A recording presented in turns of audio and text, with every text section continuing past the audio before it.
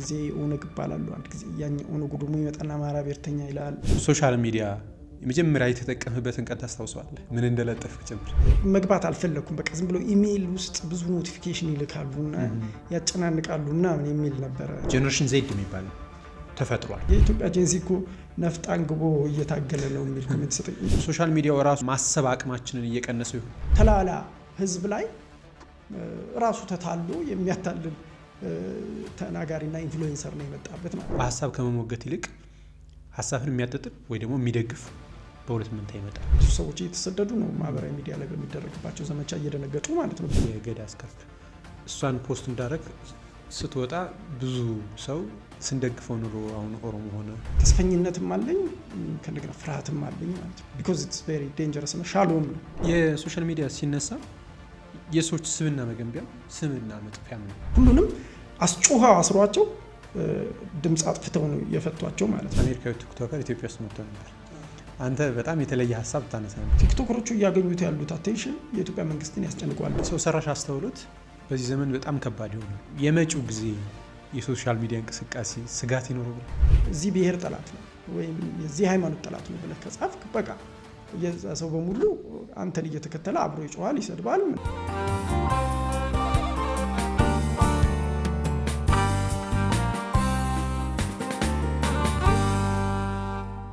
ጤና ይስጥልኝ የምን ይሉ ፖድካስት ቤተሰቦች፣ ምን ይሉ ደስ ይበለው ነኝ።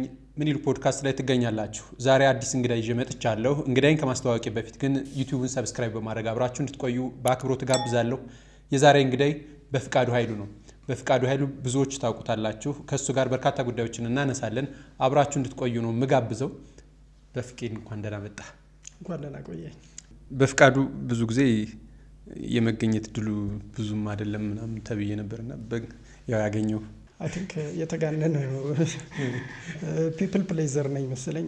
ብዙ እምቢ ማለት አላቅበትም። በተቻለ መጠን እንዳልጠየቅ ነው የምጸልየው። በጣም አመሰግናለሁ አክብሬ ስለመጣው። ብዙ ጊዜ በፍቃዱ ሶሻል ሚዲያ ላይ ነው በደንብ ታውቃለህ። ከዛ በርካታ ስራዎችን ትሰራለህ። ግን የሶሻል ሚዲያውን ጉዳይ ዛሬ እናነሳለን እና ሶሻል ሚዲያ የመጀመሪያ የተጠቀምበትን ቀን ታስታውሳለህ? ምን እንደለጠፍክ ጭምር አይ ዶንት ኖ። ያው ከቀደምት በተለይ ፌስቡክ ላይ ከቀደምት ሰዎች ነኝ ሄዚቴት እያደረኩ ነበር። በነገራችን ላይ እንደውም ትንሽ መለስ ብዬ ሳስታውስ ከፌስቡክ ምናምን እዚህ ፖፑላር ከመሆኑ በፊት አይ ዶንት ኖ ስካይፕ እንጠቀም ነበር። ብዙ ሰዎች አያውቁም እንጂ ስካይፕ ላይ በሎኬሽን ሰርች እያደረክ ምናምን ኦዲዮ ኮል አልነበረውም እና በቴክስት ቻት ታደርጋለህ። ኦዲዮ ኮል ሲጀምር በገንዘብ ነበረ እና ከዛ እነ ማይስፔስ ምናምን መጡ። የዛኔ ራሱ ማይስፔስ አካውንት እንደነበረኝ አስታውሳለሁ። ግን ኢትዮጵያ ውስጥ የነበረው ኢንተርኔት በጣም ዝቅተኛ ስለነበረ ቪዲዮም ምናምንም አፕሎድ ማድረግ አልችልም። ዝም ብለህ ታያለህ እንጂ ኢቭን ኢሜይል ነበረ። እኔ ትንሽ እድሜ የሚገፋ ስለሆነ ስለዚህ እና ከዛ ያውን የሚባል ነበረ እና ፌስቡክ ሲጀምር ነገር መግባት አልፈለኩም። በቃ ዝም ብሎ ኢሜይል ውስጥ ብዙ ኖቲፊኬሽን ይልካሉና ያጨናንቃሉ ምናምን የሚል ነበረ እና አንድ የሰፈሬ ልጅ ነች አረግባ በጣም ብዙ የረሳቸው ሰዎች ነው የሚያገናኘው ምናምን ብላኝ የገባሁት። አይ ቲንክ በፈረንጅ 2008-2009 አካባቢ ነው መሰለኝ የገባሁት ፌስቡክ ላይ። ከዛ ወዲያውኑ ፖለቲካል ነኝ ከድሮ ጀምሮ ዝም ብሎ ፖለቲካ ስለምወድ ስለምከታተል ወይም ስለማነብ ነገር ፖለቲካል ኮንቴንት ይመስለኛል የጻፍኩት መጀመሪያ አካባቢ ማለት ነው።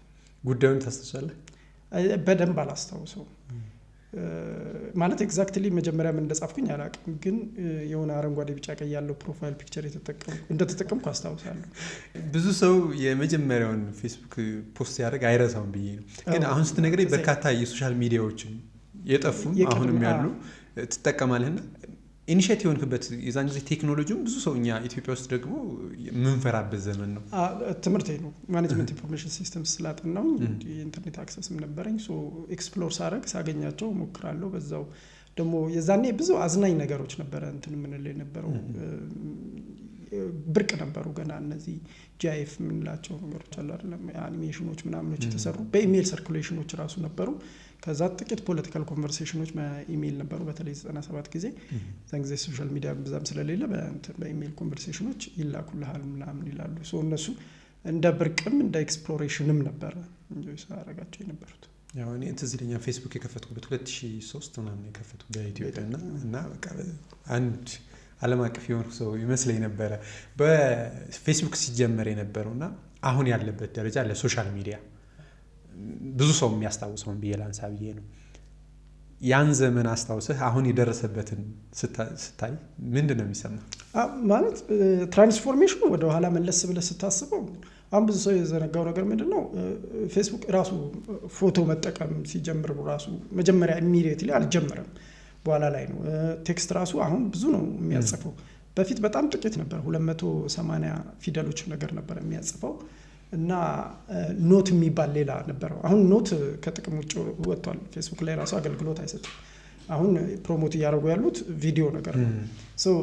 ቴክስት ትንሽ እየተጽፋለ ኖት ሲሆን ረዥም፣ ከዛ ኖት ላይ ለምሳሌ ቦልድ አይታሊክ ምናምን ማድረግ ከፈለግ ኮዱን ነው መጻፍ ያለብህ እንጂ እንትኑን አትልም ነበር። ይሄ በብሬስ አድርገህ ስላሽ ምናምን እያልክ በጣም የተለየ ነበር እና አድካሚ ነበረ ፌስቡክ መጠቀም ምናምን። ብዙም ሰው የለውም ኢትዮጵያ ውስጥ ፔኔትሬሽኑ የኢንተርኔት ፔኔትሬሽኑ በጣም ዝቅተኛ ነበር። ከ1% ሰው በታች ነበር እና 800,000 ሰው ምናምን 750,000 ሰው ምናምን ነበር የሚጠቀመው ማለት ነው።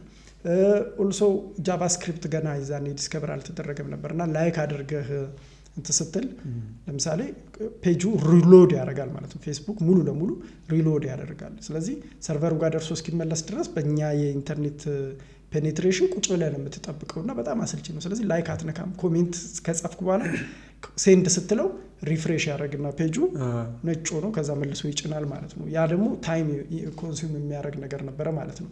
በኋላ ጃቫስክሪፕት ግን ሲመጣ እዚሁ ክሊየንት ሳይድ ላይ ነው የሚባለው። እዚሁ ላይ ላይክ ስታደርግ እዛው ይቀይረውና ከዛ መልእክቱን ወደ ሰርቨር ሴቭ ያደርገዋል ማለት ነው። ስለዚህ ኮሜንትም ላይክ ማድረግም ሞቲቬቲንግ ነገር እየሆነ መጣ ማለት ነው። ብዙ ነገሮች ከዛ ደግሞ ስማርትፎን መጣ። ስማርትፎን ሲመጣ ደግሞ የበለጠ ቀለለ። አፕሊኬሽኖች የራሳቸው ይኖራቸው ጀመር። ፎቶ ምናምን እየደማመርክ የምታደርግበት እንትን መጣ። ከዛ ኢንተርኔቱ ተጠቃሚውን በዛ፣ ራሱ ኢንተርኔት ፍጥነቱ እየበዛ መጣ። በፊት ዴስክቶፕ ኮምፒውተር ላይ ቁጭ ብለህ በዲያላፕ ታደርግ የነበረው ነገር በ3G 4G 5G እያለ መጣ። ብዙ ነገሮች ናቸው በጣም በአጭር ጊዜ ውስጥ በፍጥነት እየተለወጡ የመጡት ማለት ነው። ለእኛ ለኢትዮጵያውያን ብቻ ሳይሆን ለዓለም አቀፉም አጠቃላይ ኦዲየንስ ማለት ነው። ስለዚህ የማህበራዊ ሚዲያ ሪቮሉሽን በጣም ፈጣን ራሱ በቃ ቶሎ ነው እየተቀያየረ የመጣው ማለት ነው። መጀመሪያ ላይ በጣም አጭር ቴክስት ብቻ ስትጻጻፍ ምናምን የነበርከውና ብዙ አድካሚ ፕሮሰስ ውስጥ አልፈ የነበርከው ሰውዬ አሁን ግን በቃ ኢትስ ጀስት በጣት ላይ ነው። መናገርም አንዴ አካውንቱን ሴት አፕ አድርገው ከሰጡ መጻፍና ማንበብ ራሱ ችሎታ አይጠይቅም። እየገባህ ብቻ ማይክሮ ሰከንድ ውስጥ ማውራት ነው። ከዛ ያኛውም አድማጭ ነው። ስለዚህ ነገሩ በጣም ነው የተለወጠው። በተለወጠ ቁጥር ደግሞ ማን ነው የሚጠቀምበት፣ እንዴት ነው የሚጠቀምበት የሚለው ራሱ መንግስት በፊት ይጠቀምበት የነበረው አክቲቪስቶች በፊት ይጠቀሙበት የነበረው መንገድና አሁን ያለው በጣም ተለይቷል። በኢትዮጵያም እንደዛው ነገሮች በሙሉ በፍጥነት እየተለዋወጡ እና የመጡት ማለት ነው። እኛም እንግዲህ ይህንን እንደ ታሪክ ነጋሪ ለምን ወቅተናል ማለት ነው። የሚገርመው አሁን ላይ ለምሳሌ ጄኔሬሽን ዜድ የሚባል ተፈጥሯል ማለት በተለይ አጫጭር ቪዲዮዎች፣ አጭር ቴክስት ትዊተርን፣ ኢንስታግራም እና ቲክቶክን በመጠቀም እንዲሁ ፌስቡክ ብዙም ኢንቮልቭ አያደርጉም። እንዲሁ በእኛ ሀገር እንኳ ከ2010 በነበረው የሶሻል ሚዲያ አጠቃቀምና ከዛ በፊት በኋላ አሁን ባለንበት ስታየው ቫይቡ ራሱ ምን ይመስላል? ያው ጄንዚ የሚለው አሁን ትንሽ ያው ወጣቱ ብለን ብንይዘው ይሻላል። ምክንያቱም ጄንዚ ኢትዮጵያ ውስጥ ካራክተሪስቲክሱ ወይም ፊቸሩ እና ምናምን ምክንያቱም ቴክኖሎጂካል ሁኔታው የማህበራዊ ሁኔታው እና ብዙ ነገሮች በሌላው ዓለምና በኢትዮጵያ ያለው ሊለያይ ይችላል። ምናልባት የጎረቤቶቻችን ጋር ነው ልንመሳሰል የምንችለው። ከጎረቤቶቻችንም ብዙ ልዩነት አለን። የሶማሊያና ፎር ኤግዛምፕል የኬንያ የኢንተርኔት ፔኔትሬሽን ለህዝቡ የሚደርሰው በፐርሰንቴጅ ሲወዳደር በህዝብ ቁጥር የኛ ብዙ ስለሆነ ብዙ ሰው ተጠቃሚ ያለ ሊባል ይችላል። ግን በፐርሰንቴጅ እነዛ ብዙ አክሰስ አላቸው። ኬንያ ለምሳሌ የተሻለ ፍሪደም ኦፍ ኤክስፕሬሽን አላቸው። ሲቪል ሶሳይቲ ቫይብራንት ነው ወዘተርፈ። በእኛ ጋር ደግሞ ቫይብራንት አይደለም፣ ጭቁን ሲቪል ሶሳይቲ ነው ያለን። አብዛኛው ህዝብ ፈርቶ ነው እና ፖለቲካ አቮይድ እያደረገ ነው ምናምን። ኢንተርኔቱም ፔኔትሬሽኑ ዝቅተኛ ነው ወዘተርፈ። እነዚህ ነገሮች አሉ። እና ጄንዚ ስንል ራሱ አሁን ባለፈው የሆነ መንግስት ቲክቶከሮቹ ለምንድን ነው ያሰራቸው? በእውነት የጨዋነት ጉዳይ አሳስቦት ነው ወይስ ሌላ አጀንዳ አለው ብዬ ሳስብ ቲክቶከሮቹ እያገኙት ያሉት አቴንሽን የኢትዮጵያ መንግስትን ያስጨንቀዋል ብዬ ነው ያሰብኩት። እና ስለሚያስጨንቀው እነዚህ ሰዎች እኔ እንደሆንኩኝ ሀያሉና አያሚን ኮንትሮል ብዬ መንገር አለብኝ ማሳየት አለብኝ ብሎ አጋጣሚውን ፈልጎ ነበር። ለምሳሌ አዶናይ ሲታሰር አዶናይ ኦፍ ኮርስ ሌላ ሊወቀስበት ማህበራዊ ወቀሳ ሊደርስበት የሚያስችለው ነገር አለው። ተላለፍ ግን ምንም የሰራው ነገር እንደሌለ አብዛኞቻችን እንስማማለን ብዬ ገምታለሁ። ግን እሱ ሲያስሩ የጨዋነት ነው ወይም ደግሞ ባህልን የስነ ምግባር ያላገናዘበ አለባበስ ከለበሱ ሰዎች ጋር በተገናኘ ነው ያለው። ሁሉንም አስጮሃ አስሯቸው ድምፅ አጥፍተው ነው የፈቷቸው ማለት ነው። መታሰራቸው እንዲወራ መንግስት ፈልጓል። ምክንያቱም የፌዴራል ፖሊስ ነው ያንን ዜና ራሱ ማህበራዊ ሚዲያ ላይ የጻፈው። ምክንያቱም እኔ ነኝ ኃይል ያለኝ የሚለውን ማሳየት ፈልጓል ማለት ነው። አሚን ኮንትሮል የሚለውን ማሳየት ፈልጓል ብዬ ነው እንትን ያልኩት። ይሄ ነገር የሚያመለክተው እንግዲህ ሌሎች አንዳንድ ሀገራት ውስጥ የጄንዚ የሚባለው ወይም ወጣቱ ትውልድ እያመፀ ስለሆነ ያንን ቀድሞ ለመከላከል ወይም ፕሪኤምፕቲቭ ስትራይክ እያደረገ ነው ብዬ ስል ትዊተር ላይ ሰንባዲ የኢትዮጵያ ጄንዚ እኮ ነፍጥ አንግቦ እየታገለ ነው የሚል ኮሜንት ሰጠኝ። ያም ትክክል ነው። አብዛኛው ወጣት ነው አይደለም ሸኔን የተቀላቀለ ፋኖን የተቀላቀሉ የምንላቸው። ዴፊኒሽኑ አስቸጋሪ ነው። ወጣቱ እንደ የአክሰሱና አጠገቡ ያለው ሰው የሚያደርገውን ነገር ነው የሚያደርገው በአብዛኛው ማለት ነው። ስለዚህ እንደ ሁኔታው ይለያያል። ግን አሁን በፊት ለምሳሌ የዛሬ 15 ዓመት ወጣት ኮንክ ፋሽኑ ምንድነው? ጋዜጣ ማንበብ ሊሆን ይችላል። ከተሜ ወጣት ኮንክ ጋዜጣ ማንበብ ሊሆን ይችላል፣ ወይም የመጽሐፍት ምርቃት ወይም ቲያትር መሄድ፣ ፊልም ማየት ወዘተርፈ ሊሆን ይችላል። ከዛ ደግሞ ማህበራዊ ሚዲያ ከተባለ ፌስቡክ፣ ኢንተርኔት ራሱ ከተባለ ያኔ ፌስቡክ መጠቀም ነው። ስለዚህ ረዥም ጽሁፍ መጽሐፍ ወይም ረዥም ጽሁፍ ማንበብ ወዘተርፈ ምናምን ነበር ማለት። አሁን ደግሞ ስታዩ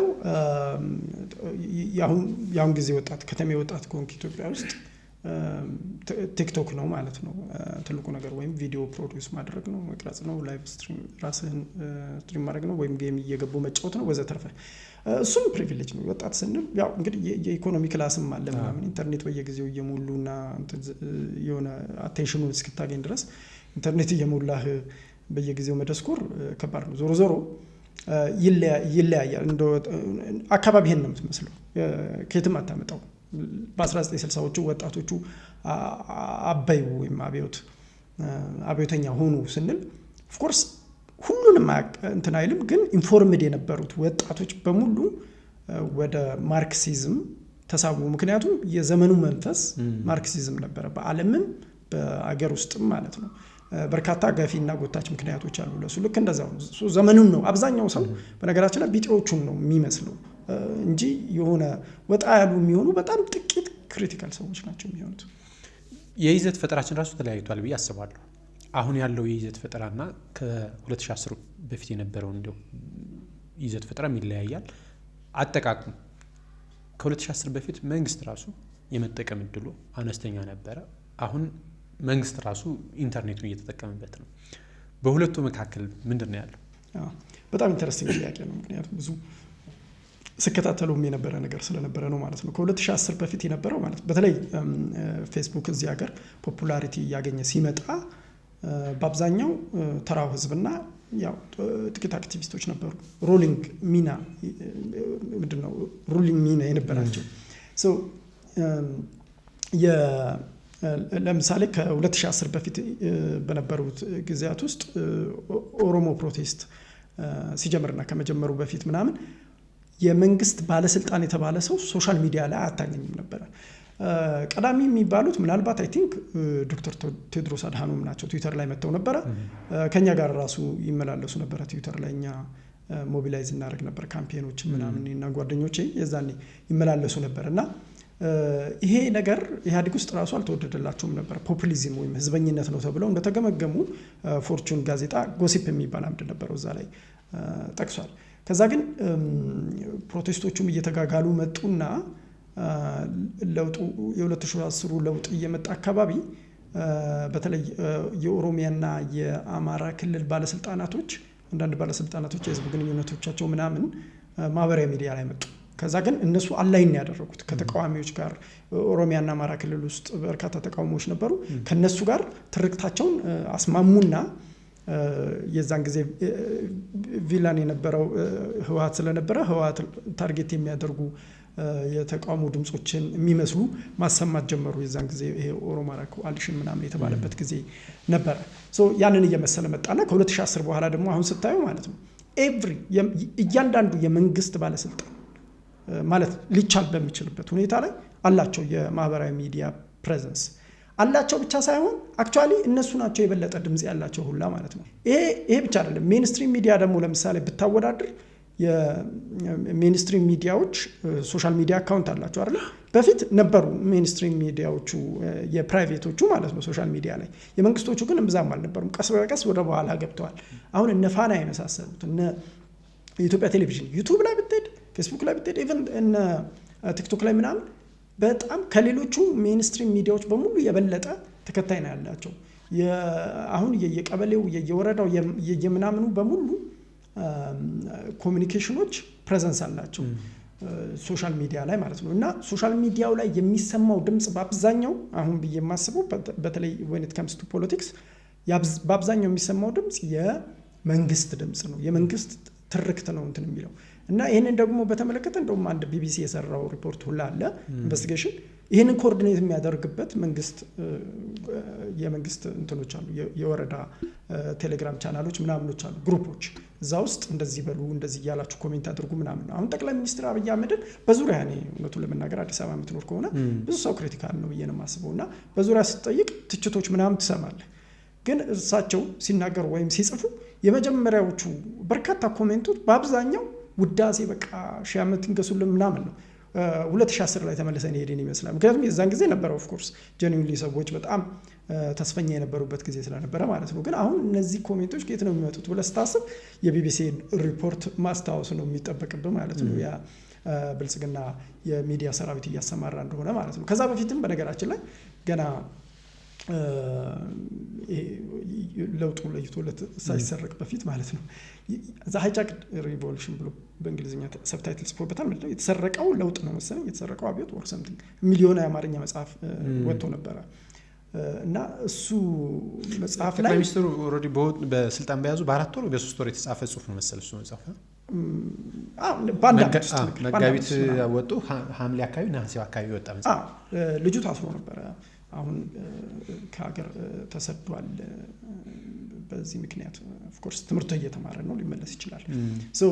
ኤኒዌይ ግን እሱ ይሄ መጽሐፍ ላይ የሚጠቅሳቸው አሉ። ይሄን ያክል ሰዎች በሺዎች የሚቆጠሩ ሰዎች ናቸው ይከፈላቸዋል የመንግስትን ገጽታ የሚገነባ ነገር ማህበራዊ ሚዲያ ላይ እንዲጽፉ ነው።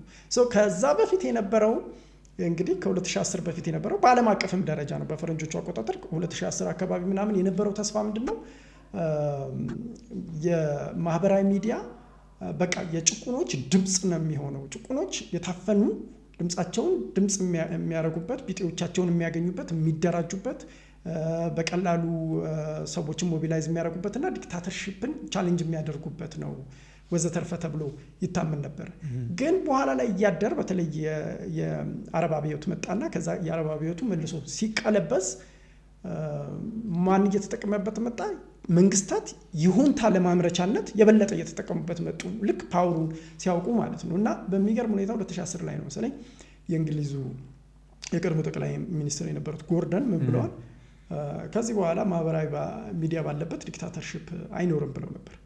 በጣም የሚያስቅ አባባል የሆነው ዛሬ ነው። ምክንያቱም አሁን የ20 ዓመት ዴታ ተሰብስቧል እና ቢያንስ 2 ጥናቶች አይቻሉኝ እኔ በዓለም ዙሪያ 192 ሀገሮችን የሚያካትቱ የ20 ዓመት ዴታ ተሰብስበው እንትን የተባለ አምባገነኖች ማህበራዊ ሚዲያን የበለጠ እየተጠቀሙበት ነው ይሁንታ ለማግኘት ማለት ነው።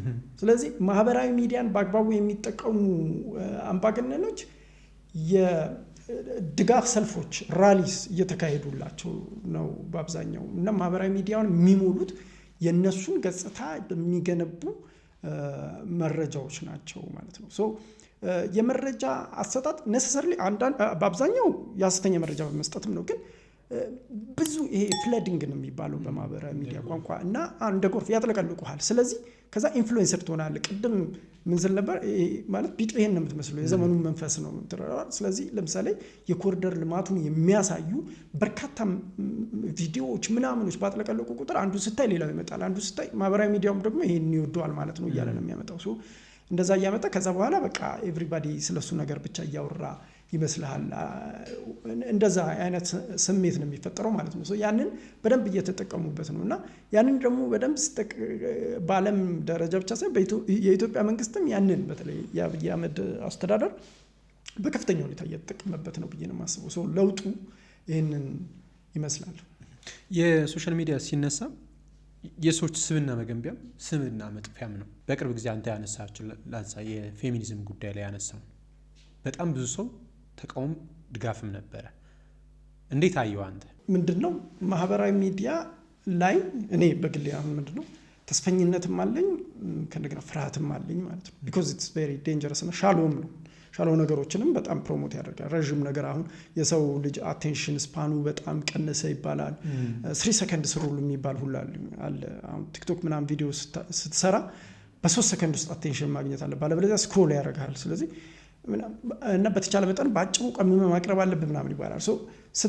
ስታሳጥረው የምትቆርጠው የምትጠቀልለው የምትጨምቀው ነገር አለ ማለት ነው ለኦዲየንሱ። ከዛ ኑዋንስ ያጣ ወይም ደግሞ ጥልቀት ዴፕዝ የሌለው ክርክርና ውይይት ነው የምታደርገው ማለት ነው። ስለዚህ በዛ ምክንያት በጣም ብዙ እንትን እየተባለ ነው። በዛ ላይ የሆነ አንድ የተሳሳተ አረዳዳል። ብዙ ሰው የደገፈው ነገር ማለት ትክክል ነው ማለት አይደለም።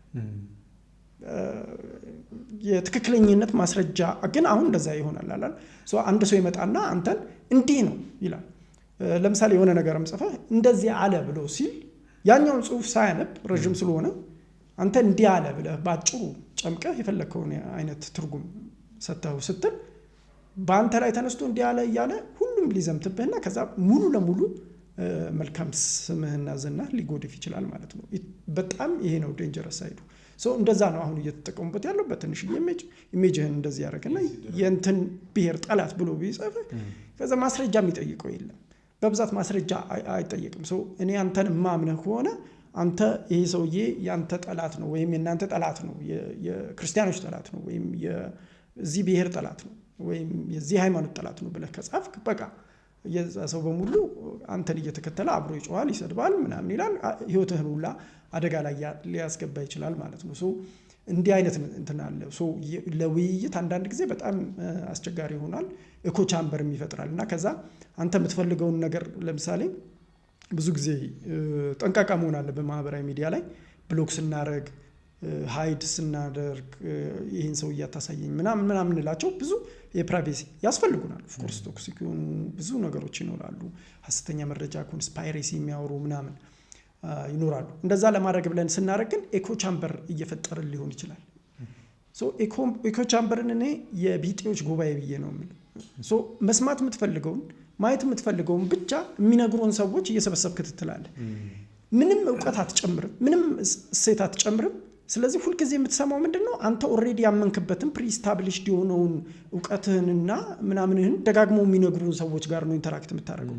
ስለዚህ ትነሳና በአንተ የኤኮ ቻምበር ውስጥ የሆነ ሰውን ትሰድባለህ ወይም ትዘልፋለህ። ከዛ ሁሉም መጥቶ ላይክ ጎበዝ ጀግና ምናምን ሲልህ ትክክል የሆንክ ይመስልሃል ማለት ነው። በጣም የቱ ጋር ነው የተሳሳትኩት ብለህ መጠየቅ አለብህ። ብዙ ጊዜ ሰዎች ሲያወድሱና ትክክል ነህ ብለው ምናምን ሲያጨበጭቡ ሁሉ ብዙሃን የፖፑሊዝምን መፍራት በጣም ያስፈልጋል። አለበለዚያ ይሄ የፖፑሊዝም አባዜ በጣም ከፍተኛ የሆነ አደጋ እያመጣ ነው እና አሁን አንዱ የማህበራዊ ሚዲያ አደጋ ብዬ የምፈራው እኔ ይሄ ነው። አፒል ቱ ፖፑላሪቲ ብዙ ሰው ከተስማማበት ቫይራል ከሆነ ትክክል ነው የሚል ቴንደንሲ አለ። አንድ ጽሁፍም አይቻለሁ። የአሜሪካዊ ደራሲን ገልጸህ መጽሐፉ ተሸጠለት ምን ላይ ነው የተሳሳቱ ብሎ ጠየቀ የሚል እንደዛ ብለህ ትጠይቃለህ አንተ? አንዳንዴ እጠይቃለሁ። ለምሳሌ ትንሽ ያሳፍረኛል። ለምሳሌ በጣም ፖፑሊስት የሆንኩኝ ከመሰለኝ የሆነ ነገርን ጽፌና ምናምን አለ አይደለም ጀግና ጎበዝ ምናምን ከተባልኩኝ ትንሽ ራሴን እጠራጠራለሁ። ቢካሚንግ ፖፑሊስት ምናምን ገባ እንትን አዜብ ወርቁ አንድ ጊዜ ምን ስትል ሰማት የሆነ ማህበራዊ ሚዲያ ላይ በጣም ብዙ ተከታይ ያለው ሰው አለ አለች። ከዛ ቁጭ ብለን ስናወራ ብዙ ጊዜ ከሚጽፋቸው ነገሮች ውስጥ ተቃራኒ ነገር የሆኑና ክሪቲካል የሆነ የእሱ ተከታዮች የሚያደርጉትን ነገር ክሪቲካሊ የሚመለከት ነገር ይናገራል አለች። እንደዛ ከሆነ ታዲያ ለምን አትጽፈውም? ይሄንን ነገር እኮ ብትጽፈው ጥሩ ነው ምናምን። እንደዛማ ከሆንኩኝ እኮ ተከታዮችን በሙሉ ሉዝ አደርጋለሁ ምናምን አለኝ አለች። እንዴ ታዲያ ለምን ተከታዮቼ ትላቸዋለህ? ተከታያቸው ነህ እኮ አንተ ምናምን። ማህበራዊ ሚዲያ ብዙ ጊዜ ይሄ ቫይራል አይሆንልኝም ሰው አይወድም ምናምን። እንዴት አሁን እኔ ቲክቶክ ላይ ስመለከት ተከታዮቻቸውን ላለማስቀየም እንዴት እንደሚጥሩ አውቃለሁ። ጥሩ በነገራችን ላይ አንዳንድ ጊዜ ሲንቀጠቀጡ ምናምን በቃ በጣም ራይት ለመሆንና ይሄ በቃ በጣም አለ አይደል፣ ለምሳሌ ትራዲሽናል ቫልዩስ በጣም ይወደዳሉ ሲባል በጣም ትራዲሽናል ለመሆን ይሞክራሉ ወዘተርፈ ብዙ ነገር። ለምሳሌ የሆነች ሞቲቬሽናል ስፒከር የነበረች ሴትዮ የሆነ ነገር ስትናገር ከትራዲሽናል ቫልዩስ በማፈንገጥ ነገር ተጠረጠረች። ስለዚህ ያንን ፕሩቭ ለማድረግ ነጠላ ለብሳ ምናምን ቤተክርስቲያን ስትሄድ ስትሳለም ምናምን ቪዲዮ መለጠፍ ጀመረች ማለት ነው። እና ምንድነው ይሄ በጣም ተከታዮቻቸውን ይፈራሉ። የሚያምኑበትን ብዙ ሰዎች አይናገሩም፣ ወይም የሚያምኑበትን ሁሉ አይናገሩም። የሚያምኑበትን በከፊል ይናገራሉ፣ ሁሉንም አይናገሩም። ምክንያቱም ተከታዮችን አጣለው ብለው ስለሚያስቡ። ስለዚህ ኢንዚስ ኬዝ ተከታዮቻቸው አይደሉም፣ እነሱ ናቸው የሚከተሏቸው። ስለዚህ ተከታይ ምን ይፈልጋል ምናምን፣ ምክንያቱም አንዳንዱ ከትርፍ ጋር የተያያዘ ነገር ስለሆነ ማለት ነው። እና ኦተንቲሲቲ የሚባለውን ይሄ ሀቀኝነት የሚባለውን ነገር ሙሉ ለሙሉ የሚነጥቅ አይነት አቀራረብ አባዜም አለበት። ይሄ አሁን ያልከኝ በተለይ እውነተኝነትን የመራቅ ጉዳይ በብዙ የሐሰት መረጃዎች የታከለ ይሆናል። ብዙውን ጊዜ ደግሞ ማስ ሙቭመንት እንዲመጣብህ ያደርጋልና ሶሻል ሚዲያው ራሱ የማሰብ አቅማችንን እየቀነሰው ይሆን? አሁን አንዳንድ ጥናቶች አሉ ይባላል። በቃ ሶሻል ሚዲያ በጣም ብዙ ሶሻል ሚዲያ ላይ ብዙ ሰዓታቸውን የሚያሳልፉ ሰዎች ክሪቲካል ቲንኪንግ ስኪላቸው ዲክላይን እያደረገ ነው የሚሉ አዳዲስ ጥናቶች። ግን የማህበራዊ ሚዲያ ኢምፓክቱ ገና እንትን አላለም። ግን ኦኪፓይ በጣም ያደርግሃል ማለት ለራስህ ጊዜ ሪፍሌክት የምታደርግበት ረዥም ኑዋንስድ የሆነ ሪዲንግ። አሁን አንድ ርዕሰ ጉዳይ ላይ በቃ በጥቅጣቂ ክሊፖችን አይተህ ነው ኦፒኒየንህን ሜክ የምታደርገው። በፊት ግን እንደዛ አልነበረም። ረዥም ትንታኔዎች፣ ከዛ የባለሙያዎች ሳብጀክት ኦቶሪቲ የሚባለው ነገር ማለት ነው። አሁን ሳብጀክት ኦቶሪቲ ጠፍቷል በቅርቡ። ያንን እንደግፋለሁ እያልኩኝ አይደለም። ግን ቻይና ምን ብላለች? ለምሳሌ በጤና በምናምን ጉዳዮች ላይ ሰርቲፊኬት የሌለው ሰው ኢንፍሉዌንሰር እንዲሆን አልፈቅድም ምናምን ብላለች። ያ ነገር አሁን በፊት ሚዲያ ላይ ሜንስትሪም ሚዲያ ላይ ተያየ የነበረው ምንድነው? ስለ አንድ ጉዳይ ትንታኔ የሚሰጥ ሰው ሳብጀክት ኦቶሪቲ ሊኖረው ይገባል። ወይ በጉዳዩ ላይ ያነበበ መሆን አለበት፣ ወይ በጉዳዩ ላይ የተማረ ሰው መሆን አለበት፣ ወይ በጉዳዩ ላይ የሰራ ሰው መሆን አለበት። ግን አሁን ሳብጀክት ኦቶሪቲ የሌለው ሰው ዝም ብሎ መጥቶ በጤና ጉዳይ ላይ ህይወትን ምስቅልቅሉ ሊያወጣ በሚችል ጉዳይ ላይ ኢንፍሉዌንስ ሊያደርግ ይችላል ምናምን ሊያደርግ ይችላል። እና አሁን እኔ እንደውም አንድ ሆክስ አይቻለሁ ኔትፍሊክስ ላይ የነበረ ሲሪየስ ማለት ነው። አንዲት ሴትዮ ፍራፍሬ ምናምን ነው ጁስ ምናምን ትቀመማለች እና ምንድን ነው የምትለው?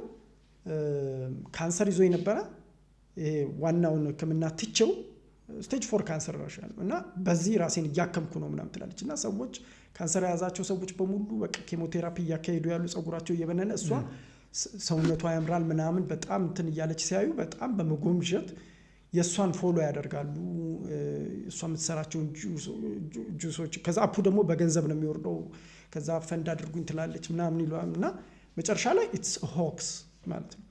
እንዲህ አይነት ነገር እንደዚህ አይነት ሰዎች ነው እድል የሚሰጠው። እኛ ሀገርም ብዙ እንደዚህ የመድኃኒት የህክምና አይነት ምናምን የሚሰጡ አውቃለሁ። የባህላዊ መድኃኒት አሁን ቴሌግራም ያጥለቀልቃል ምናምንም በቃ ብዙ እንትን ነው የሚያደርጉት። እና አብዛኞቹ እነዚህ ሰዎች ለምሳሌ በፊትም ጋዜጣ ላይ ምናምን ሚዲያ ላይ ጀርባ ገጽ ላይ የባህል ህክምና በጣም ያወጡ ነበር። እና እኔ አሁን አንድ መጽሔት ላይ ሲሰራ አውጡልን ብሎ መጣ አንድ ሰውዬ። ከዛ ከጤና ጥበቃ ሚኒስቴር እውቅና ካለ እሱን አምጣ ምናምን አለው ማለት ነው። ስንለው የሆነ ወረቀት ላከልን።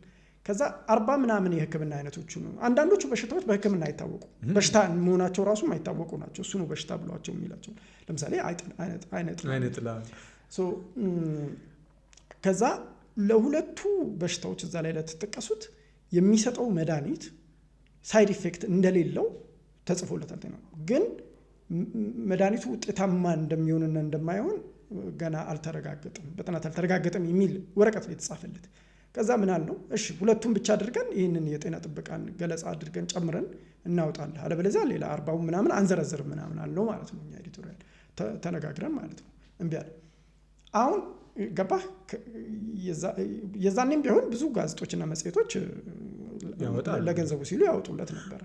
አሁን ግን እነዚህ ሰዎች ሙሉ ለሙሉ መድረኩን አግኝተውታል ማለት ነው። በቃ ዝም ብለው እንትን ይላሉ ምናምን ይላሉ ማለት ነው። ጥቆላም ይሰራል ምናምን። ኢትዮጵያ ውስጥ ብቻ አይደለም፣ ውጭም ሀገር ነው ምናምን። ያው ለምሳሌ ይሄ ኮከብ ቆጠራ አለ አይደል? ሳጂታሪየስ ምናምን እየተባለ የሚባለው እሱም ይሰራል። አሁን ብዙ ገንዘብ ማለት መልቲ ሚሊዮን ዶላር ኢንዱስትሪ ነው። ስለዚህ ዞሮ ዞሮ ይሄ መጽሐፌ ላይ የሚጠቀስኩታል። ይሄ ጋሊቢሊቲ እና ፋሊቢሊቲ ነው። የሰው ልጅ ጄኔራሊ ተላላ፣ ሁላችንም ተላላ ነን። ግን የየግላችን አስተሳሰባችን ተላላነታችንን አንደርማይን ያደርጋል። ስለዚህ የሚሸጥልህን ነገር ብዙ ሰው ያለውን ምናምን የማመን ቴንደንስ ያለ፣ እኔ ትክክል ነኝ ብለን ነው የምናስበው አብዛኞቻችን ማለት ነው። ስለዚህ በዙሪያችን ያለውን ነገር ምናምን ብቻ እንትን እንላለን። የሰው ልጅ በሚሰጠው ኢንፎርሜሽን እየተታለለ በጣም ብዙ ጥፋት ሲያጠፋ ነው ይኖረው እድሜ ልኩን ማለት ነው። እና አሁንም ይሄ ማህበራዊ ሚዲያ ሲመጣ እንደዛ አይነት ቀውስ ውስጥ ቱፌክ የምትባል ሴት አለች፣ አንድ ማለት አካዳሚሽ ያለች በጣም ብዙ ሶሲዮሎጂስት ነች፣ ብዙ ነገር ጽፋለች ስለ ሶሻል ሚዲያ ኢምፓክት ማለት ነው። እና ያው ሶሻል ሚዲያ ላይ ተስፋ አላት ግን አደገኛ ነው አሁን የሚለው ላይ አንድ ያደረገችው ስፒች ነበረ። ምንድን ነው የምትለው?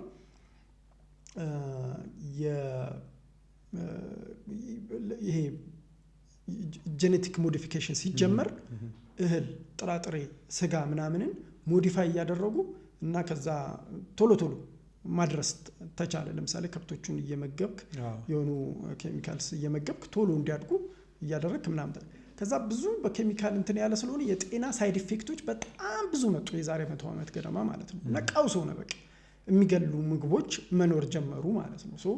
ያኔ ወዲያውኑ በቃ የዓለም መንግስታት በሙሉ በየሀገራቸው የህግ ቁጥጥር አወጡ። የድራግ አድሚኒስትሬሽን፣ የፉድ አድሚኒስትሬሽን ምናምን የሚባል ማለት ነው። ስለዚህ ለምሳሌ ምን ያህል ፕሮሰሲንግ ነው ምግብ ላይ ሊደረግ የሚገባው፣ እንዳይበላሽ ታሽጎ የሚሸጡ ምግቦች ላይ ምን ኤክስፓየሪ ዴት ማስቀመጥ፣ የምትጠቀማቸው ኬሚካሎች ላይ እንትን ማለት፣ ከዛ ይሄንኛው መድኃኒት እንዳይሸጥ፣ ይሄ ምግብ እንዳይሸጥ ምናምን የሚሉ ቁጥጥሮች በሙሉ የመጡት ይሄ ቀውስ ከመጣ በኋላ ነው። አሁንም በማህበራዊ ሚዲያ እየመጣ ያለው ቀውስ እንደዛ አይነት ነው። ገባ? ሁሉም ሰው መረጃ ሰጪ ሆነ፣ ሁሉም ሰው መረጃ ተቀባይ ሆነ። ስለዚህ በዚህ መሀል የሚበዛው አሁንም ቢሆን በቮሊዩም ደረጃ የሚበዛው የተዛባ መረጃ እና የሚያሳስቱ መረጃዎች ነው። ኦዲየንሱ ግን ይሄ ተደራሲው ሰው ግን ከዛ ውስጥ ትክክለኛውን መረጃና ጠቃሚውን መረጃ አጥልሎ የማውጣት አቅሙ ክሪቲካል ቲንኪንጉ በጣም ዝቅተኛ ነው። ተላላ ህዝብ ላይ ራሱ ተታሎ የሚያታልል ተናጋሪና ኢንፍሉዌንሰር ነው የመጣበት ማለት ነው። ስለዚህ ያንን ለማድረግ የሚያስችሉ ሬጉሌሽኖች በየመንግስታቱና በተባበሩት መንግስታትም ሊሆን ይችላል ቀስ በቀስ መውጣታቸው አይቀሬ ነው፣ መውጣትም አለባቸው ነው። እዛ እስክንደርስ ድረስ ሁሉም ለየራሱ ጥቅም ሲባል ይህንን ነገር አቢዩዝ ሊያደርገው ይችላል ማለት ነው። ዲጂታል ሚዲያ ላይ አሁን እንዳልከኝ ቁጥጥሮች እየመጡ ናቸው ማለት ከ10 ዓመት በፊት መንግስታት ቁጥጥር አያደርጉም ነበር ኢንተርኔት ላይ። አሁን ግን በደንብ ቁጥጥር እያደረጉ ቲክቶክ የታገደባቸው ሀገሮች አሉ። ትዊተር ወይም ደግሞ ኤክስ ብዙ ሀገራት ፍሊተር እንዲደረግ አውሮፓ ህብረት ራሱ የሶሻል ሚዲያ ቁጥጥር የሚያደርግበት አወጥቷል። ይህን ማድረጉ ይሄ የዲጂታል ሚዲያው ላይ ያለውን ነፃነቱን፣ የሀሳብ ነፃነት መግለጹ የሚለውን ነገር ደግሞ ይጋፋል ብሎ የሚያነሱ ሰዎች አሉ። አንተ ከየትኛው ነህ? እኔም ይጋፋል ከሚለው ውስጥ ሬጉሌሽን ማለት አፈን አይደል ሙሉ ለሙሉ በብዛት አምባገነን መንግስታት ይፈልጉታል በነገራችን ለማፈኑ ማለት ነው። አሁን እነሱም እየተጠቀሙበት ስለሆነ እንዴት እንደሚያፍኑ ግራ እየገባቸው ነው እንጂ ሙሉ ለሙሉ ዘግቶ መገላገል ነው። አሁን አሜሪካ ውስጥ በርካታ ቻናሎች አሉ አይደል? ኦልሞስት ሁሉም የሚፈልጉት ቲክቶክ ላይ ብቻ ወደ አሜሪካዊ ባለቤት ካልተላለፈ በስተቀር ናሽናል ኢንተረስታችን የተጠቃሚዎቹ ዴታ እንትን እያለ ምናምን እያሉ ነበር። ግን አንድም ኢኮኖሚ ነው ሌላም ፖለቲካ ኢንተረስት ነው ያላቸው እዛ ላይ እንጂ እንትን አይደለም። እነዛ ዲሞክራት ነን የሚሉትም አምባገነኖቹ ደግሞ ሙሉ ለሙሉ ቲክቶክ ለምሳሌ አይኑር ወዘተርፈ ነው የሚሉት ማለት ነው። እኔ ፍሪደም ኦፍ ኤክስፕሬሽን አቀንቃኝ ነኝ እና ሀሳብን የመግለጽ ነጻነት እንትን ማለት አለበት። ግን ሀሳብን የመግለጽ ነጻነት በዓለም አቀፍ ስታንዳርዶችም ገደቦች አሉ፣ የሚጣሉበት ገደቦች አሉ። ገደቡ ግን መረን የወጣ አይደለም። ለምሳሌ የኢትዮጵያ መንግስት አምባገነናዊ መንግስት ነው ብዬ ነው የማምነው። ሀሳብን የመግለጽ ነጻነትን ላይ ገደብ በዓለም አቀፍ ስታንዳርዶች መሰረት ገደብ ጣል ብትለው የፖለቲካ ንግግሮችን የሚያፍንበትን በተለይ ደግሞ ፖለቲካ ተቺዎችን የሚያፍንበትን መንገድ እንደምንም ብሎ አጠጋግቶ ያስገባል ብዬ ነው የማምነው። ያ ያስፈራኛል። ስለዚህ የገደብ የሚባለው ላይ በጣም በጥንቃቄ ነው መሆን ያለበት ነው ብለው ሀሳብን የመግለጽ ነጻነት ላይ ገደብ የሚጣልባቸው ነገሮች ምንድናቸው ብለን ስንጠይቅ ለምሳሌ የሌሎችን መብት የሚገፍ ከሆነ እኔ የምናገረው ነገር ወይም የኔ ሀሳብን የመግለጽ ነጻነት ያንተን በህይወት የመኖር ወይም ሌላ ነጻነትን ሌሎች ሰብአዊ መብቶችን የእውነት አደጋ ላይ የሚጥል ከሆነ ያኛው ላይ ገደብ ሊጣልበት ይገባል። ህጋዊ ተጠያቂነት እኔ ላይ ሊያስከትል ይገባል ማለት ነው። ይሄ ነው አንዱ። ሌላው ነውጥ መቀስቀስ፣ ለምሳሌ ውጡና ጨፍጭፉ፣ ግደሉ፣ ረዱ ምናምን የምትልበት ከሆነም ያም እንትን ይላል። ምክንያቱም ሰላማዊ የሆኑ ለውጦች እንዲመጡ ነው የሀሳብን የመግለጽ ነጻነት አንዱ እንትን።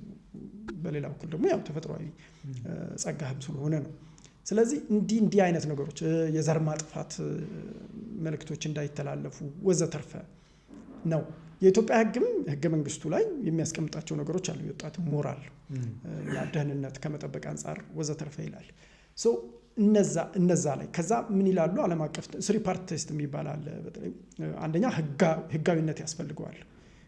ሀሳብን የመግለጽ ነጻነት ላይ የሚጣል ማንኛውም ገደብ በህግ የተደነገገ መሆን አለበት። ባለፈው አሁን የጨዋነት ወይም ባህላችንን ከግንዛቤ ውስጥ ያላስገባ አለባበስ ለብሰዋል ተብሎ ሲታሰር የትኛውን ህግ ነው የጠቀሱ? ያን አንቀጽ አልጠቀሱም። እንዳልኩት አስጩኸው አስረዋቸው በዝምታ ነው የፈቷቸው። ቢኮዝ they know ህጋዊ መሰረት እንደሌለ ለእስሩ ግን መፍጠር የፈለጉት ተጽዕኖ ፈጥረዋል ብዬ ነው የማስበው። በህግ ባልተጻፈ አንደኛው ህጋዊነት ነው። ግን ህግ ዝም ብለህ ላፈለግከው ነገር በሙሉ የሚተቸኝም በሙሉ አስራለሁ ብሎ መንግስት ማውጣት አይችልም። የምታወጣው ህግ ራሱ ተቀባይነት መኖር አለበት፣ ሌጂቲሜሲ መኖር አለበት። በምኖቹ ለምሳሌ የሌሎችን መብት የሚጥስ ነገር ወይም ደግሞ አመጽ ቀስቃሽ የሆነ ወዘተርፈ ብለህ ህዝባዊ ተቀባይነት ባላቸው ሌጂቲሜት በሆኑ ጉዳዮች ላይ ነው ገደቡን ልትጥል የምትችለው ማለት ነው። ከዛ የምታወጣው ቅጣቱ ደግሞ ተመጣጣኝነት መኖር አለበት። ነሰሲቲም የሚባል አለ። ነሰሲቲ ነው እንደሚገርመው 4 ይሆናሉ አንዳንድ ነጥቦቹ፣ ግን አስፈላጊ ነው ወይ? ይህንን ለምሳሌ የሌሎችን መብት እንዳይገፍ ተብሎ የሚጣለው ገደብ አስፈላጊ ነው ወይ እንደ ኮንቴክስት የሚለው ነገር በደንብ መመርመር አለበት። ቢኮዝ አንዳንድ ጊዜ ዝም ብለህ በጣም ብሩክ ታደርገውና መቆጣጠር የማትችለውንም ነገር ልታውጣ ትችላለህ። ስለዚህ እነዚህን ጥንቃቄዎች አድርጎ ነው ማውጣት የሚያስፈልገው ማለት ነው ሬጉሌሽን ሲደረግ። ከዛ በላይ ኦፍኮርስ ዓለም አቀፍ ደንቦችና ድንጋጌዎች ሊኖሩ ይገባል። ለምሳሌ ራሱ እኮ አሁን መንግስት ቅድም ብያለሁ ብዙ ሰራዊት አቅም ያለው ዞሮ መንግስት ነው አይደል? ብዙ ሰራዊት አሰማርቷል ማህበራዊ ሚዲያው ላይ። እነዛ ሰዎች በሙሉ በኃላፊነት ማህበራዊ ሚዲያን እየተጠቀሙ ነው ወይ? ትክክለኛ መረጃ እየሰጡ ነው ወይ? ወዘተርፈ ብለህ ብትጠይቅ በጣም ጥያቄ ውስጥ ነው የሚወድቁት። ስለዚህ መንግስት ራሱ ማህበራዊ ሚዲያን የሚጠቀምበት አግባብ ምንድን ነው? እሱ ራሱ ሬጉሌት መደረግ አለበት። ሌላው ደግሞ ማህበራዊ ሚዲያዎች ፕላትፎርም እያቀረቡ ስለሆነ ፕላትፎርሙ እንዴት ነው ጤናማ ማህበረሰብና ዓለም አቀፋዊና ማህበራዊ ግንኙነቶች እንዲዳብሩ ማድረግ የሚችሉት? ምክንያቱም እልቂት የሚያስከትሉ ነገሮችንም ሆስት እያደረጉ ነው እና ሞዴሬሽናቸው ምናምን በዓለም አቀፍ ስታንዳርድ ሬጉሌት መደረግ አለበት። እነ ጀርመን የመሳሰሉ ሀገሮች አቅም ስላላቸው ማህበራዊ ሚዲያዎቹን በከፍተኛ ቅጣት እያስፈራሩ እንትን ይላሉ። ኢትዮጵያ ውስጥ ግን ብታደርግ ኢትዮጵያ ውስጥ ፌስቡክ የሚያገኘው ገቢ በጣም ዝቅተኛ ነው። ስለዚህ ተጠቃሚዎቹ ከፌስቡክ የሚያገኙት ይበልጣል ፌስቡክ ከኢትዮጵያ ተጠቃሚዎች ከሚያገኙ። ወደፊት ማርኬቴ ነው ብሎ ስለሚያስብ ይመስለኛል ፌስቡክ የመሳሰሉ ማህበራዊ ሚዲያዎች እዚህ አገልግሎቱን የሚሰጡት። እነሱም በቅጣት ልታስፈራራቸው አትችልም። ስለዚህ በዓለም አቀፋዊ ስታንዳርድ ለእነሱም ታበጃለህ። በርካታ እንደዚህ አይነት ሌየርስ ምናምን መገኘት አለባቸው እንጂ በተለይ ይሄ ሙሉ ለሙሉ ማገድ መዝጋት የሚባለው ነገር አፈና ነው። አንድ ሰው የሆነ ነገር ምንም ልትይዝ ትችላለህ። በሀሳብ ከመሞገት ይልቅ ሀሳብን የሚያጠጥቅ ወይ ደግሞ የሚደግፍ በሁለት መንታ ይመጣል። ሁለተኛ የእኛን ሀገር የማህበረሰብ ስሪት የማይከተል ጽሁፍም በብዛት ታያለህ። ግጭት ቀስቃሽ ታያለህ። አንዳንዴ ቁረጠው ፍለጠው ሁሉ እናያለና ይሄ ባለበት አንደኛ የሊትሬሲያችን ራሱ ዝቅተኛ ነው። በብዙ ቴክኖሎጂ ላይ ገና ነን። ሶሻል ሚዲያው መጠቀም ሪስፖንሲቢሊቲው ገና ነን። ይሄ ባለበት ህግ በደንብ መኖሩ ግን ይሄ ነገር በነገራችን ላይ ኢትዮጵያ ውስጥ ብቻ አይደለም ቻሌንጅ ነው። ለምሳሌ እነ ዶናልድ ትራምፕ ወደ ስልጣን መምጣታቸው በጣም አጠራጣሪ ነበር፣ ማህበራዊ ሚዲያ ባይኖር ኖሩ ማለት ነው። ማህበራዊ ሚዲያ ላይ እነ ዶናልድ ትራምፕ የሚያደርጉትን ሳይ እኔ በነገራችን ላይ እኛ ሀገር መቼ ምን ማለት እንግዲህ የሌላ ሀያሏ አገር ትልቁ ሀገር ስንት የዲሞክራሲ ቼኮች ማለት ቁጥጥር የሚያደርጉ ተቋማት ባሉበት ሀገር ውስጥ ነው እንደዛ የሚያደርጉት እና የሚለጥፏቸው ነገሮች። ለምሳሌ አንድ ኖ ኪንግስ የሚል ንጉስ አንፈልግም የሚል የተቃውሞ ሰልፍ አሜሪካን ሀገር ውስጥ እየተደረገ እያለ በኤአይ ጄኔሬት የተደረገ ስዕል ኪንግስ የሚል ሄሊኮፕተር የተጻፈበት ያለ ሄሊኮፕተር እያበረረ ይሄዳል ዶናልድ ትራምፕ እና ከዛ ፕሮቴስተሮቹ ላይ ሰገራ ሲደፋባቸው የሚያሳይ ኤአይ ጄኔሬት የተደረገ ቪዲዮ ራሱ ፕሬዚዳንቱ ወይም ፕሬዚዳንቱ ራሳቸው ለጥፈዋል በሶሻል ሚዲያ አካውንታቸው ማለት ነው። ያ ደግሞ ሰገራው ሲደፋ ከሚታዩ ሰዎች ውስጥ ፊት ለፊት ከሚታዩ ሰዎች ውስጥ የእሳቸው ተቃዋሚ የሆነ የ20 ዓመት የልጅ ልጃቸው የሚሆን ልጅ ነው ፊት ለፊት የሚታየው ማለት ነው። እና ከዛ ግን ብዙ የሚያጨበጭቡላቸው አሉ፣ ብዙ የሚወቅሷቸውም አሉ። ደግነቱ እነሱ ጋር ቢያንስ የፍሪደም ኦፍ ኤክስፕሬሽኑ ስላለ እኩል ከፕሬዚዳንቱ ጋር እኩል ተደማጭ ወይም የበለጠ ተደማጭነት ያላቸው ሰዎች የመታሰር ስጋት ሳይኖርባቸው ይተቿቸዋል፣ ኢኳሊ ያብጠለጥሏቸዋል ወዘተርፈ። ሀሳብን በሀሳብ ነው መመገት የማትችለው እስከ ወደ እስር፣ ግድያ ወዘተርፈ ምናምን እስካላለ ድረስ ማለት ነው። ይሄ የመንጋነቱ የምናምኑ ነገር የኢትዮጵያ ብቻ አይደለም። ሊትሬሲ ኦፍኮርስ እኛ ጋር ሊከፋ ይችል ይሆናል። እዚህ በጣም ብዙ አለ መንጋ ያለው። ብዙ ሰዎች እየተሰደዱ ነው ማህበራዊ ሚዲያ ላይ በሚደረግባቸው ዘመቻ እየደነገጡ ማለት ነው፣ በሆኑትም ባልሆኑትም ነገር ማለት ነው።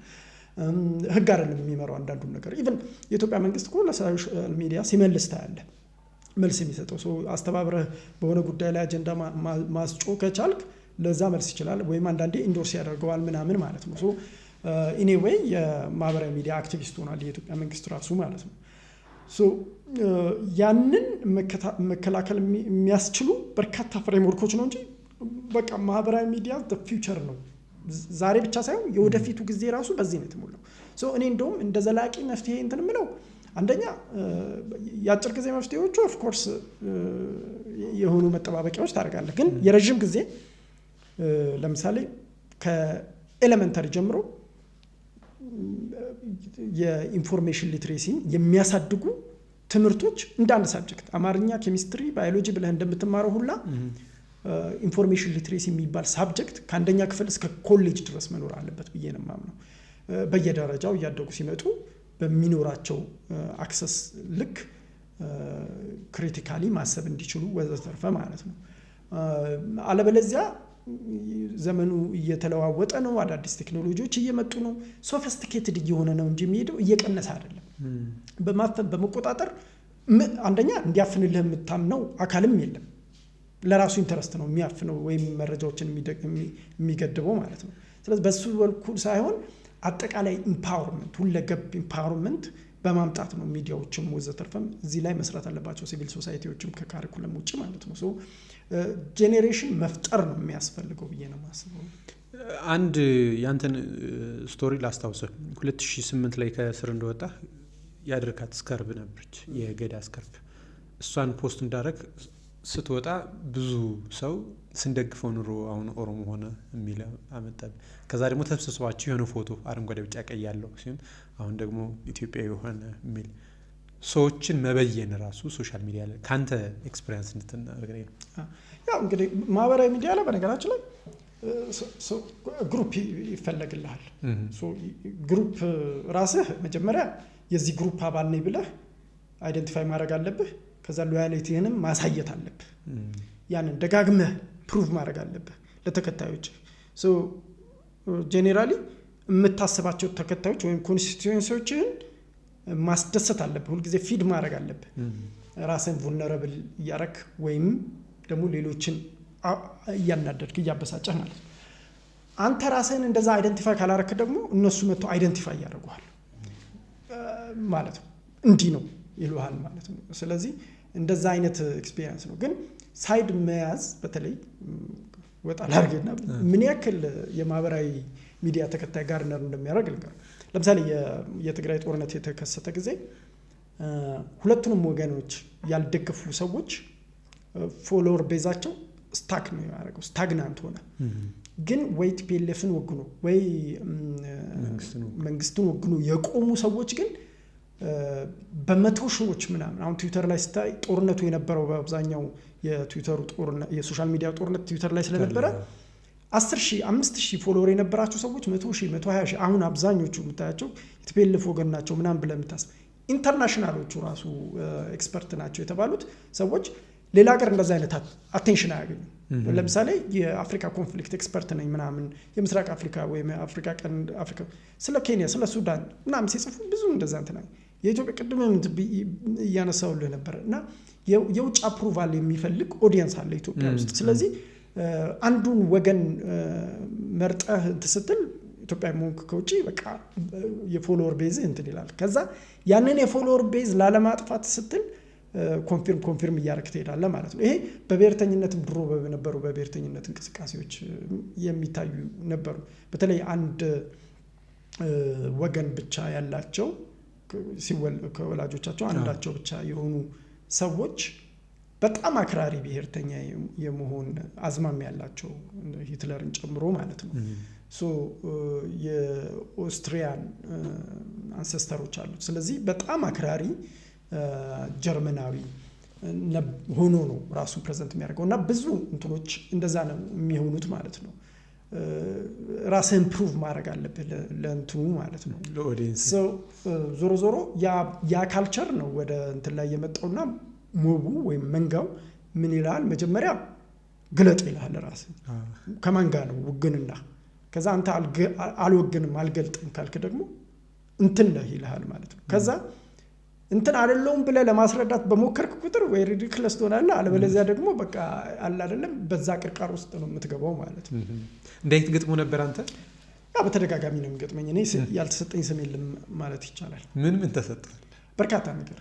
እኔ ራሴን አፈንጋጭ ማለት በብሔርተኝነትም ማለት እንግዲህ ትዊተር ላይ እና ፌስቡክ ላይ የሚሰጡኝን ኮሜንቶች እንትን ካልክ እንደውም አሁን ስለቀነስኩ ነው እንጂ ከ2 ዓመት በፊት በተለይ አክቲቭሊ እንጌጅ በማድረግበት ጊዜ አንድ ጊዜ ኦነግ ይባላሉ፣ አንድ ጊዜ ያኛው ኦነግ ደግሞ ይመጣና አማራ ብሔርተኛ ይላል፣ ያኛው ደግሞ እንደዚህ ምናምን ይልሃል። በጣም ብዙ ኔምስ ነው ስም ሲሰጠኝ የነበረው። ሃሽታግ በጣም የበዛ ሃሽታግ እና ሊደርለስ የሚባል እንቅስቃሴዎች ናቸው። እነዚህ እንቅስቃሴዎች ፖለቲካሊ አዌር የሆነ ማህበረሰብ እንዳይኖር በማድረግ በኩል በተለያየ ሀገራትም አመጽ በመቀስቀስ አለ። ምንድን ነው ስጋታቸው? አይ ቲንክ ያው በማህበራዊ ሚዲያ ዘመን ከተፈጠሩ የቅርብ ጊዜ ውስጥ ከተፈጠሩ ነገሮች ውስጥ አንዱ በነባር ተቋማት ላይ ያሉ እምነቶች መሸርሸር ነው። ኦፍኮርስ ነባር ተቋማትም በጣም ብዙ ፌለርስ አለባቸው። ለምሳሌ የኢትዮጵያን ብትወስድ የኢትዮጵያ ቴሌቪዥን ለምሳሌ ብትመለከት ሁልጊዜ የኢትዮጵያ ቴሌቪዥን ብቻ ቢሆን ምንጭ ስለ ኮሪደር ልማቶቹ አዲስ አበባ ስላሉትና ከአዲስ አበባ ውጭ ስላሉት በጣም በርካታ ጊዜ ትሰማለህ፣ ታያለህ። ስለ ኢትዮጵያ አዎንታዊ ሰክሰሶች ምናምን ደጋግመህ ትሰማለህ። ግን ስለ ግጭቶቹ የመስማት እድል በጣም ጥቂት ችግር ፈጣሪዎች ብቻ በዛና እዚህ የሆነ ነገር እንደሚያስከትሉ የኢትዮጵያ ሚዲያ ብቻ ቢሆን የኢትዮጵያ ኢቢሲን ብቻ የምትከታተል ቢሆን ሊኖር የሚችለውን ስለ ኢትዮጵያ ሊኖር የሚችለውን መረጃ አስብ። ከዛ ደግሞ ኢትዮጵያዊ ነህ፣ እዚህ ትኖራለህ፣ ታያለህ፣ ህይወትህ ምን አይነት ስትራግል እንደሚገጥሙት ታያለህ። በኢኮኖሚ በግጭቶች ምክንያት የመንቀሳቀስ መብትህ እንትን ሲል ወይም ደግሞ ዘመዶችን ወይም እዛው አካባቢ የምትኖር ከሆነ ደግሞ ልጆች ትምህርት ቤት ሳይሄዱ ሲቀሩ ወዘተርፈ የሚከተለውን ነገር ታያለህ። እዚህም ይሄ ኮሪደር ልማቱ ሲሰራ ምናምን መንገዱ ላይ እያጌጥክ ታያለህ። ግን አት ሴም ታይም ደግሞ የሚፈናቀሉ ሰዎች እነሱንም አንዳቸው ከሆንክ የሚደርስባቸውን እንግልትና የሚያሳልፉትን ስትራግል ምናምን ታያለህ። ያንን አታገኘውም። ይሄ የመንግስት ተቋም የሚባለው ውስጥ አታገኘውም ያንን። ስለዚህ እምነት አይኖርህም። እዛ ላይ የሚኖር ማን ላይ ነው ማለት ነው? ይህንን የሚነግሩ ላይ፣ ያኛው የማይነግርህ የሚደብቅህ ላይ የሚነግሩህ ላይ ነው። ሌሎችም እንደዚሁ ነው። ለምሳሌ ፍትህ ተቋማትም ወዘተርፈ ሌሎችም ሀገራት ለምሳሌ በዓለም ላይ በተለይ ምዕራብ አውሮፓና አሜሪካ ላይ ለምሳሌ በጋዛ ጦርነት ላይ ሲመጣ የምትሰማው ነገር ሜንስትሪም ሚዲያው የሚነግርህ መንግስታቱ የሚነግሩህ ነገር እና አክቹዋሊ ግራውንድ ላይ የሆነ ያለውን ነገር ደግሞ የተመለከቱ ሰዎች የሚያሳዩህ በኢንተርኔት የተለያየ ነው። ስለዚህ ማህበራዊ ሚዲያ ምን አምጥቷል? አጠቃላይ በተቋማት ላይ ጥርጣሬና እምነት ማጣትን አስከትሏል ማለት ነው። ይሄ ምን የሚል ነገር እየፈጠረ ነው? በቃ ይሄ እንትን አያስፈልገንም አይነት ነገር ሰም ሶርት ኦፍ የአናርኪ ናፍቆት ወይም ወዘተርፈ። አናርኪን ዝም ብለህ በደምሳሳው በጨለማ እንዳትረዳው። አናርኪን እኛ ሀገር የሚተረጎመው ስርዓት አልበኝነት ተብሎ ነው። ግን ይሄ ሴንትራላይዝድ የሆነው ስርዓት የሚቃወምና በተፈጥሮ ሰዎች ራሳቸው ኮላቦሬት የሚያደርጉበት በትንንሽ ባንድ ኮኦፕሬት እያደረጉ የሚኖሩበት እንትን አለ እና ይሄ ዘሆል ሲቪላይዜሽን የተለየ የቁጥጥርና ሰውን እንደዚህ በተቀደለት በተሰመረለት መስመር ብቻ አስገድዶ የሚያስኬድ ነገር ነው የሚል አይነት ጽንሰ ሀሳብ ነው። ወደዛ እያዘነበለ ነገር እየመጣ ትውልድ አለ። ያ ነው የሚታየኝ። የዲጂታል ዲሞክራሲ የሚባልም አለ ጽንሰ ሀሳቡ። ይሄ ጽንሰ ሀሳብ አሁን ካልከኝ ጋር የሚገናኝ ነገር ይኖረው? ዲጂታል ዲሞክራሲ ብሮድ ነው። ግን አንደኛ ዲጂታል እንትኖች ፕላትፎርሞች ላይ ያለውን አጠቃቀም ነፃነት ምናምን፣ አሁን ለምሳሌ ዲጂታል ፕላትፎርሞችን ማንም የሚቆጣጠራቸው፣ ተጠቃሚው ምን አይነት መብት አለው፣ ምን አይነት ነፃነት አለው። መሬት ላይ የምናየውን ዲሞክራሲ ዲጂታል ፕላትፎርሞች ላይ የማየት ያለማየት ጉዳይ ነው። ግን ዞሮ ዞሮ በዛ ዲስኮርስ ውስጥ ነው ሼፕድ የሚሆነው። ሶሻል ሚዲያ ሲነሳ በተለይ ምርጫ ሲደርስ፣ አሁን እኛ ሀገር ምርጫ ደርሷል። ብዙ የሚያሳስበው የሀሰት መረጃ አብሮ መምጣት ነው በተለያየ አቅጣጫ፣ ደጋፊውም ተቃዋሚውም። ግን ማኔጄብል አይደለም። እንዴት ነው ልናደርግ የምንችለው? ማለት ፊልተር የማድረግ እድላችንም አነስተኛ ስለሆነ ብዬ ነው። በኢትዮጵያ እንግዲህ የምርጫው ውጤት ፕሪዲተርሚንድ ነው አይደለም? ከሞላ ጎደል አሁን ባለው ሁኔታ ምርጫው በሰላም ምን ያህል ቦታዎች ላይ ይካሄዳል የሚለው ነገር ነው እንጂ ማን ያሸንፋል የሚለው ብዙ አያጠያይቅም። ምክንያቱም ተቃዋሚዎች ከምንጊዜውም በላይ የተዳከሙበትና ገዢው ፓርቲ ደግሞ አብዛኛውን ነገር የሚቆጣጠርበት ሁኔታ ስለሆነ ያለው በዚህ ሁኔታ ውስጥ የሚያሸንፈው ማን እንደሆነ ይታወቃል። ግን ይሄ ምርጫ ሲካሄድ ዞሮ ዞሮ ተቃዋሚዎችም እንትኖችም ስለሚሳተፉ የተለያዩ የሀሰተኛም የተቀናበሩ መረጃዎችም ሰርኩሌት ያደርጋሉ። እንደ ሁልጊዜው ብዙ የተለየ ነው ብዬ አላስብም። ምናልባት ምርጫው ሲቃረብ ነገሮች ካልተጋጋሉ በስተቀር ማለት ነው። እንደ ምርጫ 97 የሚሆን ነገር አይመጣም። እንደዛ ካልመጣ ብዙ እንትን አይልም። ግን ምርጫው ለምሳሌ እንደ ምርጫ 97 አይነት የሚከሰት ቢሆን ኖሮ በአሁኑ ይከሰታል የሚል ግምት የለኝም። ምናልባት በሚቀጥለው ካልሆነ እንደዛ ሲከሰት ኦፍኮርስ በጣም ፉክክር ስለሚኖር ሁሉም አካላት ወይም ደጋፊዎቻቸው የተለያዩ ሀሰተኛ መረጃዎችን እያመጡ ህዝቡን በሀሰተኛ መረጃ እንዲመርጣቸው ማለት በትክክለኛ መረጃ ሳይሆን በመረጃ እንዲመርጣቸው ሊያደርጉ ይችላሉ። ወይም የእርስ በርስም ለመመካከት ሊሆን ይችላል እንደዛ የሚያደርጉት። እንደዛ ሲሆን ፋክት ቼኪንግ ኢንስቲትዩሽንስ መኖር አለባቸው። ሚኒስትሪ ሚዲያው በተለይ እየተረባረበ ከስር መረጃዎችን ማጥራት አለበት። እንትኖቹ ፖለቲከኞቹ ለክርክር ሲገናኙ እዛው ፋክት ቼክ ማድረግ ያስፈልጋል።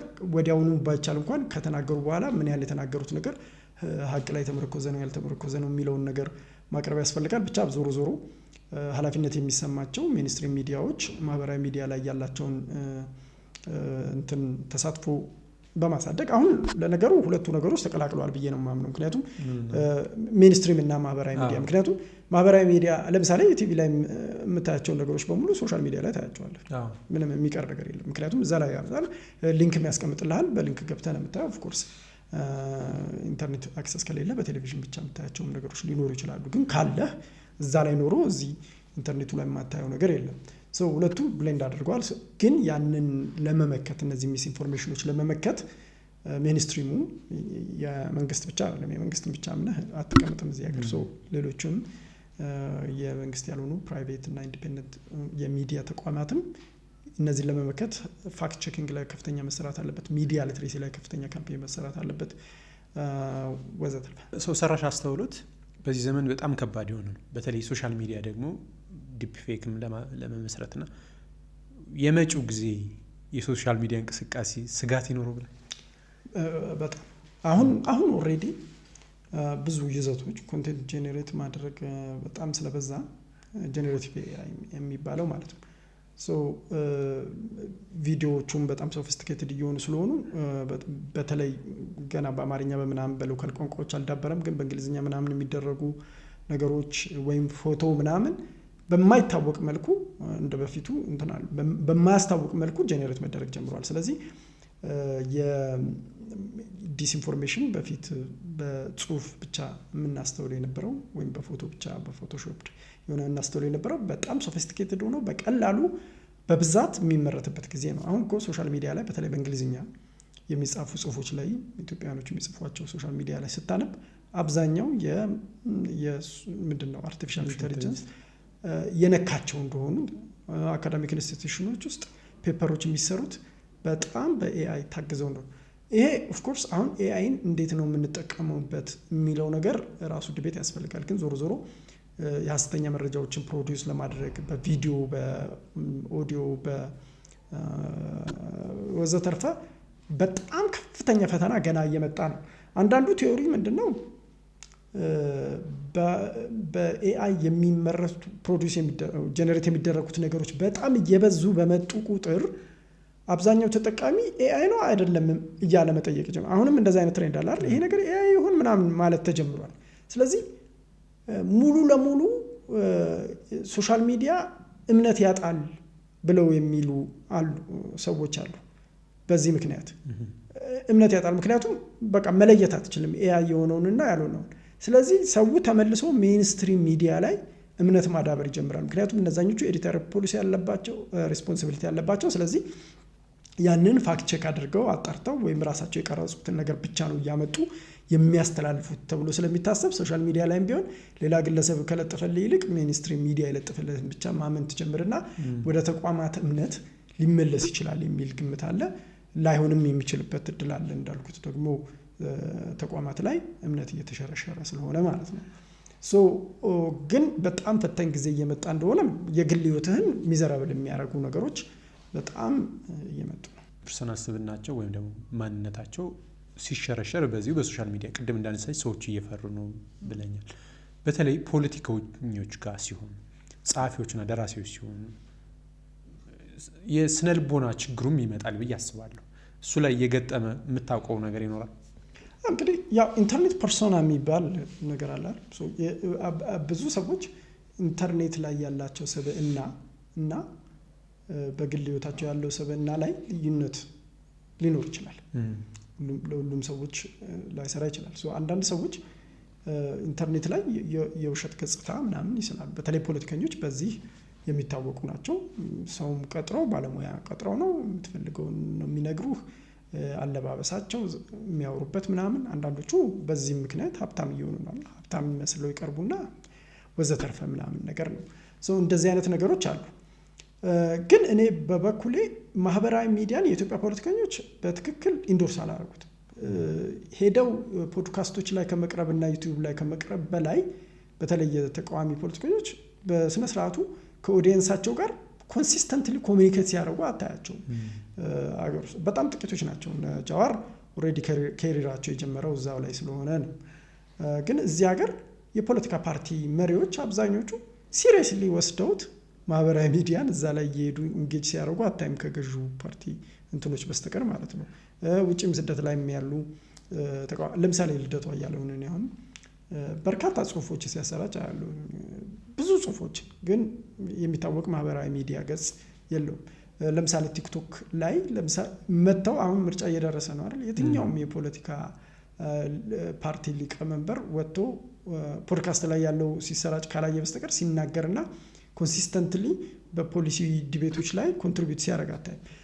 ይሄ ኢምፖርታንት ነው ብዬ ነው የማምነው። ለምሳሌ ሚስ ሪፕሬዘንት ተደረግን ብለው ሁሉም ኮምፕሌን ያደርጋሉ የፖለቲካ ፓርቲዎቹ ራሳቸው ማለት ነው። ራሳቸውን በትክክል ሪፕሬዘንት ለማድረግ እየወጡ ለምንድን ነው የማያወሩት የማይጽፉት ብለህ ስትጠይቅ ፓርቲያቸው ገጽ አለ፣ በገጹ ላይ የተወሰኑ መግለጫዎች ሲወጡ ያወጣል ምናምን ይላል። ግን እየወጡ ሊደሮቹ ወይም የህዝብ ግንኙነቶቹ ምናምን ከህዝብ ጋር ኮሚኒኬት በሚያደርግ መልኩ ሲያወሩ ምናምን አታያቸውም። እነሱ እንደዛ ቢያወሩ የተሻለ ፖሊሲ ዲቤቶች ሊኖሩ ይችላሉ። አሁን ቅርንጫፉ ላይ ነው እየተጨፋጨፍን ያለ ነው እና እየተሰዳደብን እየተወዳደስን ያለ ነው ማለት ነው። ግን ትክክለኛ ፖሊሲ ዲቤቶች ሊኖሩ የሚችሉበት እድል ይፈጠር ነበር እንደዛ ቢያደርጉ።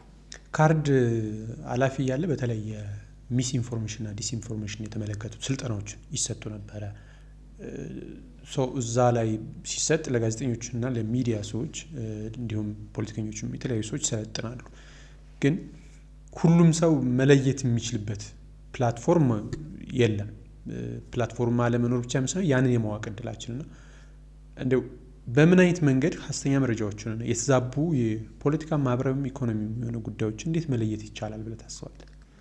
እሱ ከባድ ነው። እንግዲህ ራስን ኮንስታንትሊ ማስተማር ያስፈልጋል። በየጊዜው እኔ አሁን ራሴን እየተሸወድኩኝ የማገኝበት ጊዜ አለ። ተሸውደህ ታውቃለህ? ተላላዎች በጣም ብዙ ጊዜ እስኪ አይደል አሁን ለምሳሌ ኢሚዲየትሊ የሚመጣልኝ ምሳሌ የለም፣ ግን ስታየው ለምሳሌ ፎቶ ምናምን ትክክለኛ የሚመስል ጊዜ አለ። ብዙ ጊዜ የሆነ ዜና ምናምን አቀራረቡ በጣም ሊሸውድ ይችላል። እውነት መስሎ ሊቀርብ የሚችሉ ነገሮች ስላሉ ማለት ነው። ተቆርጦ ሲቀጠል ወይም ጄኔሬት ሲደረግ ወዘተርፈ በጣም የሚያሳስቱ በርካታ አጋጣሚዎች እንትን ይላሉ። ትንሽዬ ጥሞና ወስዶ ማሰላሰል ነው። ግን ሁልጊዜም ራስን ማስተማር ነው በጣም እንትኑ ማለት ነው። አሁን ብዙ ጋዜጠኞች መካከል ራሱ ይሄ የተዛቡ መረጃዎች ዲስኢንፎርሜሽን ሚስኢንፎርሜሽን ምንነትን ምናምን ትሬኒንጎች ሲሰጡና ስንጠይቅ ለምሳሌ ሁለቱን መለየት ራሱ ዲስኢንፎርሜሽን ስንል የተዛቡ መረጃዎች በጣም አደገኛ የሚሆኑት እነሱ ናቸው አይደል? ውሸት ሁልጊዜም አለ። ሰዎች ተሳስተው ይዋሻሉ፣ ወይም ደግሞ የሆነ ሰው ውሸት ሲነግራቸው እውነት መስሏቸው ሊናገሩ ይችላሉ። ይሄንኛው ቤናይን ነው። ቢያንስ ጉዳት ለማድረስ አስበው አይደል? ኢንቴንሽን የለውም። እኛ የምንፈራው ወይም መከላከል ያለብን የትኛውን ነው? ደሊበሬትሊ ሆነ ተብሎ የተፈጠረውን ውሸትን የሚያሰራጩ ለፖለቲካ ዓላማ ወዘተርፈ የሆነው ነው። ያ ሲሆን ሰውየው ቀድሞ ስለሚያስብ አንተ እንዴት ነው የሚያምነኝ ብሎ ኦዲየንሱን ከግምት ውስጥ አስገብቶ አንተ ልታምነው በምትችለው መልኩ ስሜትን የሚኮረኩር አድርጎ ብቻ የሆነ ነገር አድርጎ ነው አዘጋጅቶ የሚያቀርበው። ስለዚህ ኢንቴንሽን ስላለው አደገኛ ነው። የፖለቲካ አቲቲዩድን ይቀጥላል፣ ማህበረሰብን መልሶ ሊያዋቅር ይችላል ወዘተርፈ ማለት ነው። አንዳንድ ጊዜ ገባህ ብዙ መረጃዎች አሉ።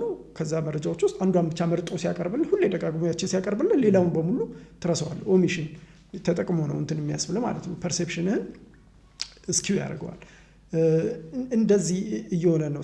ራስን በየጊዜው ማስተማር፣ ቴክኖሎጂው እንዴት እየተለወጠ እንደሆነ ማወቅ፣ ማየት ስለተባለ ብዙ ሰው ስለተስማማበት ብቻ ትክክል ነው የሚል አቲቲዩድ አለመያዝ፣ ለመመርመር መሞከር እና ተሳስቼ ሊሆን ይችላል ብሎ ሁልጊዜም ራስን መጠርጠር በጣም አስፈላጊ ነገር ናቸው። እንደ መጨረሻ ማነሳለህ፣ በቅርቡ የአሜሪካዊ ቲክቶከር ኢትዮጵያ ውስጥ መጥቶ ነበር። አንተ በጣም የተለየ ሀሳብ ታነሳ ነበር። ብዙ ሰው ኢትዮጵያ ውስጥ መምጣቱ ጥሩ ነው፣ ላይቭ አሳይቶናል ብዙ ነገር ላለማስተዋወቅን። ያንተ እይታ ደግሞ ከዛ የተለየ ነው። ምንድን ነበረ እና ምንድን ነው ምላሹ? እኔ ኢትዮጵያ ውስጥ መምጣቱን አልተቃወምኩም፣ ተቃውሞ የለኝም። ብዙም አላውቀውም ነበር በነገራችን ላይ። በኋላ ላይ ነው ያነበብኩት ማን ነው ምንድን ነው ምናምን የሚለውን ሳነብ ጌም እየተጫወተ ላይቭ ስትሪም ሲያደርግ ውው እያለ እንደ ውሻ እየጮኸ ምናምን ነው ታዋቂ የሆነው ሰው። የእሱ ጄኔሬሽን ሰዎች ጋር ኢሞሽናል አታችመንት ዴቨሎፕ ሊያደርግ ይችላል። ዊርድ ነገር እያደረጉ ሰዎች ይታወቃሉ ማህበራዊ ሚዲያ ላይ እና አሁንም እሱ ሲመጣም ውርድ ነገር እያደረጉ የእሱን ትኩረት ለማግኘት ቀልብ ለመግዛት በጣም ሲሞክሩም አይተናል አይደል? ሶ በቃ ዘመኑ ለምሳሌ ሚስተር ቢስት የሚባለው አሁን ዩቲዩብ ላይ ከፍተኛ ተከታይ ያለው እንትን በጣም አቴንሽን ያገኘው እስከ 100,000 ይቆጥራለሁ ብሎ ቁጭ ብሎ ላይቭ ቁጭ ብሎ 1 2 3 4 እያለ ማለት ነው ቁጥሩ አሁን ዩቲዩብ ላይ ማንም እንትን የሚል የለም። ሶ ይሄም ሰውዬ እንደዛ ነው። ሶ ይሄ ሰውዬ የኔ ልዩነት ምንድነው? አብዛኛው ሰው ያለው አቲቲዩድ ምንድነው? ዓለምን ኢትዮጵያን ለዓለም በጣም ያስተዋውቅልናል፣ ቱሪዝም ይጨምራል ምናምን ነው። አይመስለኝም። እኔ ለምን እንደማይመስለኝ እንትላል። ከዛ ደግሞ ኦተንቲክ ነው በቃ ምናምን ነው የሚል ሶ እኔ የምገምተው ምንድነው አንደኛ ዋናው ችግሬ በነገራችን ላይ ለምሳሌ ቲክቶከሮቹ ለምን ተቀበሉት ለምን ተዘጋጀለት ምናምን አይደለም። የኢትዮጵያ መንግስት በጣም ብዙ ገንዘብ አውጥቷል የሚባል ሰምቻለሁ። ብዙ ሪፖርቶች አይቻለሁ። በ100 ሚሊዮኖች የሚቆጠር ብር አውጥቷል ነው። እሱን በግሌ አላረጋገጥኩም፣ ግን ይህን የሚያክል ወጪ ግን አይገባውም ለምለው እና የመንግስትን የሆነ የቶኪንግ ፖይንት አለ አይደለም። መንግስት በቴሌቪዥን የሚያሳየንን አዲስ አበባ ለማሳየት ነው የመጣው። ሰው ምንድነው መንግስት የውጭ ዜጋ አፕሩቭ እንዲያደርግለት ይፈልጋል። ይሄ ሰውዬ መጀመሪያ ደረጃ ኦተንቲክ ነው የሚባለው ኦተንቲክ አይደለም። ለመሰለ ከኤርፖርት ጀምሮ እያንዳንዷ የሚረግጣት ቦታ በሙሉ ፕሪፕላንድ ነች፣ ቀድሞ የተዘጋጀለት ነው። ሰውየው ፕላን የለውም። ይመጣል፣ ይጮሃል፣ ይጫወታል ምናምን ይላል። ከዛ እዛ ቦታ ላይ እነዚህ ስፖት የተደረጉ ቦታዎች ላይ ኢትዮጵያ መልካም ገጽታ ሊያሳዩ የሚችሉ ናቸው። ኦፍኮርስ ተደርጓል። አንዱ እሱ ነው፣ ኦተንቲክ አይደለም። ሁለተኛው ደግሞ የኢትዮጵያን ቱሪዝም ያሳድጋል። አንደኛ ኦዲየንሱ እነማን ናቸው? ኦዲየንስ ቤዙ ኦፍኮርስ ጄንዚ የተሻለ ትራቭል እያደረገ ነው። የትራቭል ኢንፎርሜሽኑን ደግሞ የሚያገኘው ከነዚህ ላይቭ ስትሪም፣ ኢንተርኔት፣ ቲክቶክ በዘተርፈ ነው ምናምን ተብሏል። አንደኛ ለምሳሌ ከአሜሪካና ከአውሮፓ መንገድ አይቶ ወይም ህንፃ አይቶ ሊጎበኝ የሚመጣ የለም። ቱ ቢ ኦነስት ቢኮዝ አሉት ያንን የመሰሉ ወይም ከኢትዮጵያ የተሻለም የሚያምሩ ቦታዎች አሉ፣ መሄድ ይቻላል። ኦፍኮርስ ግን አፍሪካ እንደዚህ አልነበረም። ግን እኔ ሞስት ኢምፖርታንትሊ የምለው ይሄ 9 ሚሊዮን ወይም 10 ሚሊዮን ቪውዝ ታዩ 10 ሚሊዮን ሰው አየው ምናምን እና የዓለም ህዝብ አየው ተብሎ የሚባለው ነገር 75% የሚሆነው በእኔ ግምት ፋክት ይዤ አይደለም ማውራው፣ በእኔ ግምት 75% የሚሆነው ኢትዮጵያዊ ነው ያየው። እዚህ ኢትዮጵያ ውስጥ ያለ ወይም አረብ ሀገር ወይ አሜሪካ ያለ ኢትዮጵያዊ ነው ያየው ብዬ ነው የማምነው። ከዛ 25% የሚሆነው የእሱ ፎሎወር ቤዝ። ምክንያቱም አንደኛ ኢትዮጵያውያን ቅድምም ብያለሁ፣ በትግራይ ጦርነት ጊዜ የታየው ነገር ምንድነው? በተለይ ፈረንጆች ስለ ኢትዮጵያ አንዱን ሳይድ ይዘው ሲናገሩ ከፍተኛ ፎሎወር ያገኙ ነበር። የሚያገኙበት ምክንያት ምንድነው? የሆነ አይነት አባዜ ያለብን አፕሩቫል የማግኘት ማለት ነው። የፈረንጆቹ እዚህም አሁን እንደዛ አይነት አንድ የውጭ ዜጋ የሆነ አፕሩቫል ለማግኘት ነው የተሞከረው ነገር ማለት ነው። በቲቪ የምናየው ነው የነበረው በስፒድ ሾው። እኔ ራሱ እኮ ደስ ይለኛል በነገራችን ላይ አዲስ አበባን በጣም ስለምወዳት አምሮባት ሳይ ምናምን። ከዛ ደግሞ የውጭ ዜጋዎች ኢትዮጵያን በተሳሳተ ገጽታ ሲመለከቷትና ሲያዩት ሲረዷት ምናምን በጣም ትክክለኛ ገጽታችን ቢታወቅ ደስ ይለኛል። ግን ትክክለኛ ገጽታችንም አይደለም ይሄ ስናፕሾት ኦፍ ኮሪደር ልማትና ወዘተርፈን የታየበት አይደለም። ያንን ግን እርስ በርሳችን ስለ ራሳችን እያወራንና ሃይፕ እያደረግን ራሳችን ላይቭ ስትሪሙን እየገባን እያየን 160,000 ደረሰ ምናምን እያልን ነው እንትን ያልነው እና በዚህ የሚገኝ 100 ምናምን ሚሊዮን ኢንቨስትመንት የሚያስወጣ የቱሪዝም እድል የለም ብዬ ነው የማምነው። የፖለቲካ የሀገር ውስጥ የፖለቲካ ግብ ካልሆነ በስተቀር ማለት ነው። እንደዛ ብዬ ነው እኔ የማምነው እና ስታቲስቲክሱን እንትና አውጥቶ የሚያሳየን ቢሆን ኖሮ ደስ ይለኝ ነበረ ማን ናቸው እንትን ያሉት እና ኢቭን ከውጭ ራሱ የሚታየው በአብዛኛው ኢትዮጵያውያን ናቸው ብዬ ነው የማስበው። ለምሳሌ ግብጽ የኢትዮጵያ በዛ አይደል? ግብጽ ለምንድን ነው ያን ያህል ብዙ ተመልካች ያላገኘው? ፕሮባብሊ የግብጽ መንግስት ብዙ እንደ ኢትዮጵያ መንግስት ኢንቨስት አላደረገበትም ማለት ነው። ወይም ግብጽ ውስጥ የቱሪዝም እጥረትም የለም ኢን ዘ ፈርስት ፕሌስ አይደለም። ፈረንጅ ሲያዩ ብዙም አይደነቁ፣ ምክንያቱም በጣም ከፍተኛ የሆነ አቴንሽን ያገኛሉ ኢንተርናሽናል ማለት ነው። እዚህ የኢንተርናሽናል አቴንሽን ማግኘት በጣም ደስፐሬት የሆነ ሲቹዌሽን ስላለ ያንን ነው ማኒፌስት ያደረግነው እንጂ የተጋነነውን ያክል መሬት ላይ የረገጠ ውለታ የለም የሚል አስተያየት ነው ያለኝ። ብዙ ኮመንት ያለው ኮመንቶች ውስጥ ላይ ምን ተሰማ ማለት ለምጄዋለሁ። ኦፍኮርስ ራሴን ለመጠራጠርና ከዛ እስኪ አንዳንዶቹን ነገሮች ቼክ ላድርግ ብዬ ሞክሬያለሁ። እኔ አብሶሉትሊ ትክክል ነኝ እያልኩ አይደለም፣ ግን በፍጹም ኮሜንቶቹ ውስጥ አንዳንዶቹ ሰዎች ካልሆነ በስተቀር ዝም ብሎ የሆይ ሆይታው ትሩፋቶች ናቸው። እና እንዳልኩ ሁልጊዜም አፒል ቱ ፖፑላሪቲ አይደለም እኔን የሚያሳምነኝ ብዙ ሰው ስለተስማማበት ትክክል ነው። እኔ እንደውም ኢትዮጵያውያን በሚገባቸው ቋንቋ ለማውራት ያክል ለምሳሌ አብዛኛው ኢትዮጵያዊ አማኝ ነው አይደለም፣ ክርስቲያንና ሙስሊም ነው። በዓለም ላይ 8 ቢሊዮን ህዝብ አለ። ክርስቲያንም ሆንክ ሙስሊም ካንተ የበለጠ ህዝብ ዓለም ላይ ያንተን እምነት የማያምን ሰው አለ። ለምሳሌ 2.4 ቢሊዮን ክርስቲያኖች አሉ። ሶ ዛት ሚንስ 5.6 ቢሊዮን በክርስትና የማያምን ህዝብ አለ። ስለዚህ ክርስቲያኖች 5.6 ቢሊዮን ስለማያምንበት ብለው ሃይማኖታቸውን ይቀይራሉ።